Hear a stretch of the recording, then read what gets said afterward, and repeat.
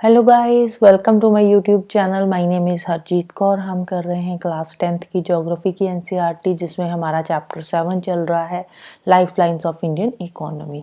इसमें हम roadways already discuss कर चुके हैं। आज हम शुरू करेंगे रेलवेज से।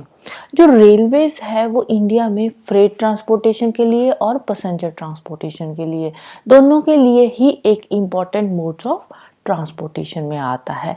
रेलवेज में अब देखो, फ्रेट की ट्रांसपोर्टेशन होती है, पैसेंजर्स की ट्रांसपोर्टेशन होती है, इसके अलावा और भी बहुत सारी एक्टिविटीज़ होती है, लाइक बिजनेस हो गया, साइट सीइंग हो गया, पिलग्रिमेज हो गया। इसके अलावा जो रेलवेज है उसको यूज़ किया जाता है over the longer distance goods की ट्रांसपोर्टेशन के लिए। जैसे कोई बहुत लंबा डिस्टेंस है, 1000-2000 किलोमीटर का डिस्टेंस है, तो वहाँ पे जब गुड्स की ट्रांसपोर्टेशन करनी होती है तो वहाँ पे जो रेलवेज है वो बेस्ट मोड्स ऑफ ट्रांसपोर्टेशन है, क्योंकि एक तो रेलवेज चीप है अगर हम रोड नेटवर्क के कंपैरेटिवली बात करें तो।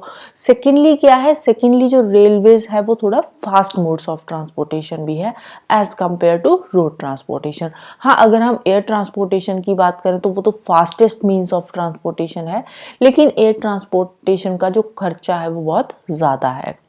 रेलवेज में जो खर्चा आता है, जो कॉस्ट आती है, बहुत ही कम होती है, राइट। रेलवेज को बने हुए, अगर हम इंडियन रेलवेज की बात करें पर्टिकुलरली, तो इंडियन रेलवेज को बने हुए 150 साल से भी ज़्यादा टाइम हो गया है। जो फर्स्ट ट्रेन बनी थी वो 1853 में चली थी, मुंबई से लेकर थाने तक, और इसने टोटल डिस्टेंस कवर किया था उस टाइम पे 34 किलोमीटर का। इंडियन रेलवेज की बात करें तो इंडियन रेलवेज एक लार्जेस्ट पब्लिक सेक्टर अंडरटेकिंग्स है, पीएसयू है, सरकार के अंडर काम करता है हमारा रेलवेज।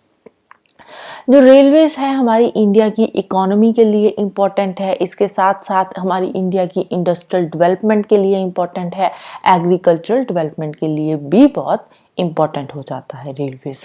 जो इंडियन रेलवेज है इसकी टोटल 16 जोन्स है। अभी के लिए जो इंडियन रेलवेज है उसकी टोटल 16 जोन्स है।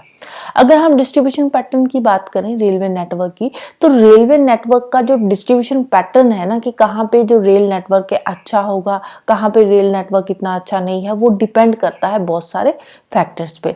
लाइक किसी जगह की फिजियोग्राफी कैसी है, वहाँ की इकोनॉमिक डेवलपमेंट कैसी है, वहाँ के एडमिनिस्ट्रेटिव फैक्टर्स कैसे हैं, इन सब चीज़ों पे डिपेंड करता है रेलवे नेटवर्क, कि किसी जगह का रेलवे नेटवर्क कैसा है।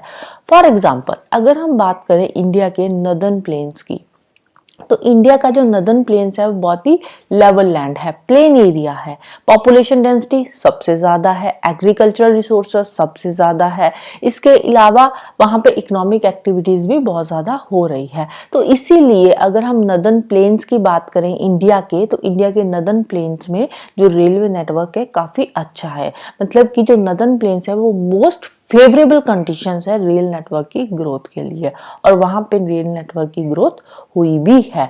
इसके अलावा नदर्न जो प्लेन्स है इंडिया का, जो नदर्न इंडिया है, नदर्न इंडियन प्लेन्स है, तो वहाँ पे बहुत सारी रिवर्स बहती है। तो वो जो रिवर्स बहती है उन रिवर्स के ऊपर ब्रिजेस बनाए गए हैं, जिसमें से रेलवे लाइंस को निकाला गया है। अगर हम बात करें पेनिनसुलर इंडिया के हिली ट्रेन्स की, क्योंकि पेनिनसुलर इंडिया में भी हिल्स वगैरह है, तो वहाँ पे भी रेलवे ट्रैक्स बनाए गए हैं। वहाँ पे जहाँ पे लो हिल्स है वहाँ से रेलवे लाइन को निकाल दिया गया है, कहीं पे कोई पास है, कोई टनल है, कोई गैप है, वहाँ से रेलवे लाइन को निकाल दिया गया है। इसके अलावा फिर चलते हैं हिमालयस पे। हिमालयन माउंटेन्स की बात करें, हिमालयन माउंटेन्स में बहुत ही अनफेवरेबल कंडीशंस आ जाती है रेलवे नेटवर्क की कंस्ट्रक्शंस के लिए, क्योंकि हिमालयन माउंटेन्स जो है बहुत ही ऊंची ऊंची पहाड़ियां हैं हिमालय की, तो वहां पे रेलवे लाइंस बनाना थोड़ा मुश्किल हो जाता है। दूसरा, पॉपुलेशन वहां पे इतनी ज्यादा नहीं है। अब पॉपुलेशन ही नहीं है तो रेलवे नेटवर्क बनाना किस लिए है, पॉपुलेशन बहुत ही कम है हिमालयस में। तीसरा, वहां पे कोई इकोनॉमिक एक्टिविटीज भी ऐसा ज्यादा हो नहीं रही, वहां पे टूरिज्म ही है, इसके अलावा कोई और ज्यादा इकोनॉमिक अपॉर्चुनिटीज है नहीं है, थोड़ी बहुत है लेकिन इतनी ज्यादा नहीं है, तो इसीलिए वहां पे जो रेल नेटवर्क है वो इतना अच्छा नहीं है। इसके अलावा डेजर्ट की बात कर लेते हैं। जो वेस्टर्न राजस्थान के सैंडी प्लेन्स है वहाँ पे रेल नेटवर्क बनाना मुश्किल हो जाता है। गुजरात के जो स्वैम्पी एरियाज है वहाँ पे रेलवे लाइंस बिछाना मुश्किल है।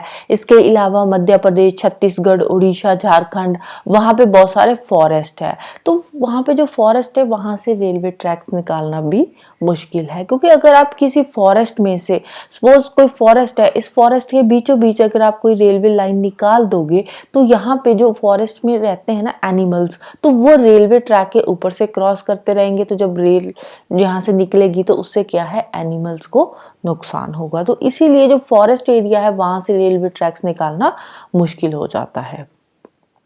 इसके अलावा शाद्री की बात कर ले तो शाद्री में भी जो गैप्स वगैरह है, जो पासेस वगैरह है, वहां से रेलवे ट्रैक्स को निकाला गया है। अभी रिसेंटली कोंकण रेलवेज की डेवलपमेंट करी गई है, कोंकण रेलवेज को बना दिया गया है वेस्टर्न कोस्ट के साथ। क्योंकि आप देखो कोंकण रेलवेज को इन्होंने बना तो दिया, क्योंकि वेस्टर्न कोस्ट में अगर हम कोंकण रेलवेज की बात करें ना तो वहाँ पे बहुत सारी इकोनॉमिक एक्टिविटीज हो रही है।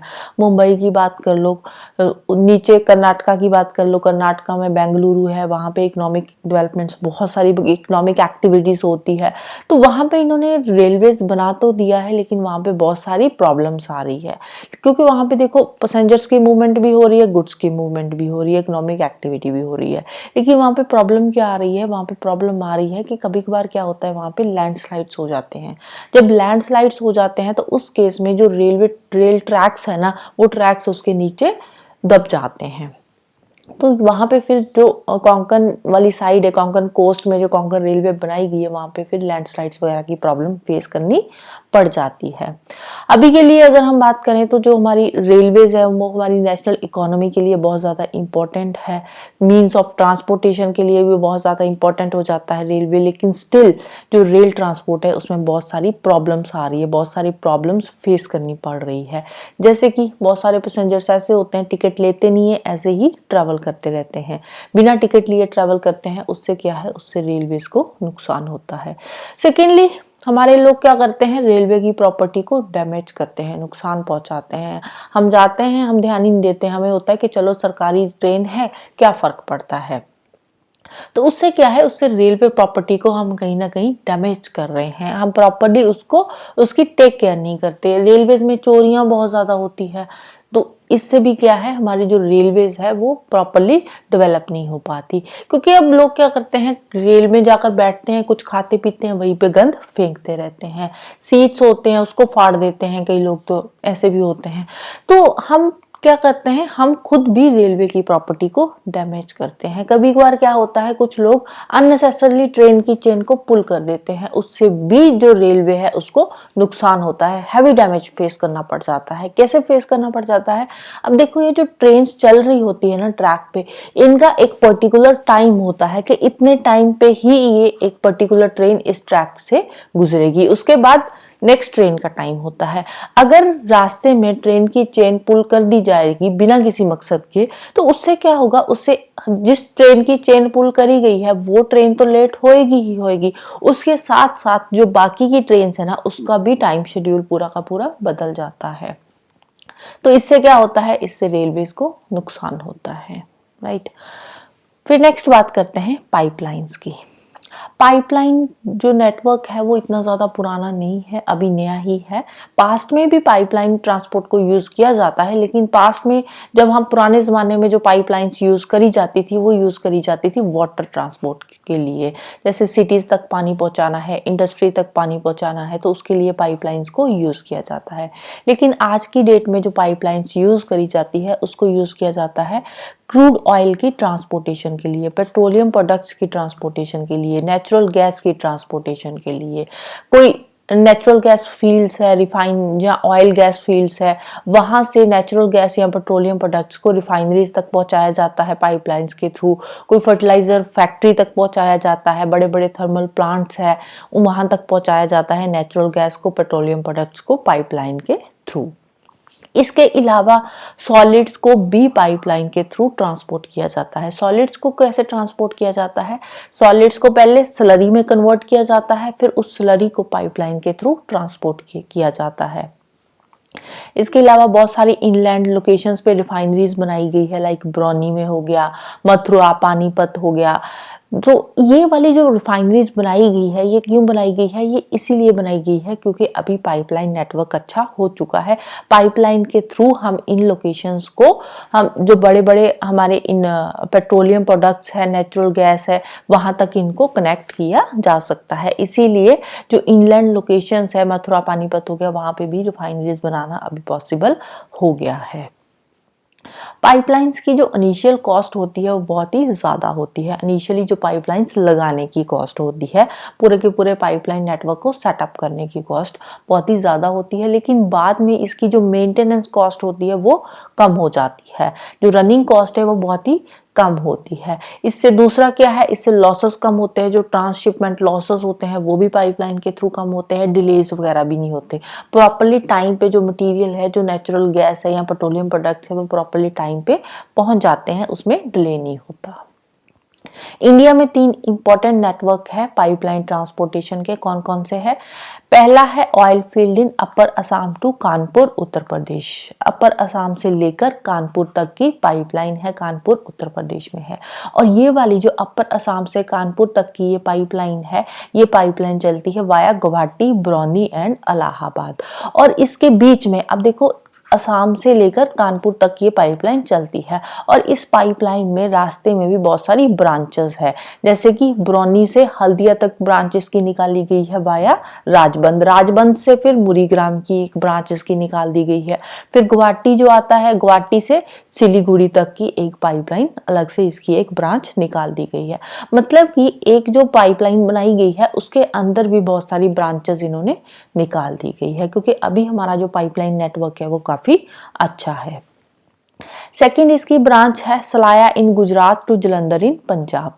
पंजाब में जलंधर से लेकर गुजरात में सलाया तक की इसका सेकंड पाइपलाइन है जो इम्पोर्टेंट है। और ये वाली जो पाइपलाइन है ना, सलाया से जलंधर वाली, ये पाइपलाइन चलती है वाया विरंगम, मथुरा, दिल्ली एंड सोनीपत। और इसमें भी बीच में बहुत सारी ब्रांचेस है, लाइक वडोदरा गुजरात के पास क्वाइली है, क्वाइली से एक ब्रांच निकाली गई है। इसके अलावा चक्षु आ गया और बहुत सारी प्लेसेस को ब्रांचेस के थ्रू कनेक्ट किया गया है। क्वाइली, चक्षु और बहुत सारी छोटी छोटी प्लेसेस को इस पाइपलाइन के साथ कनेक्ट कर दिया गया है बीच में ब्रांचेस निकाल के।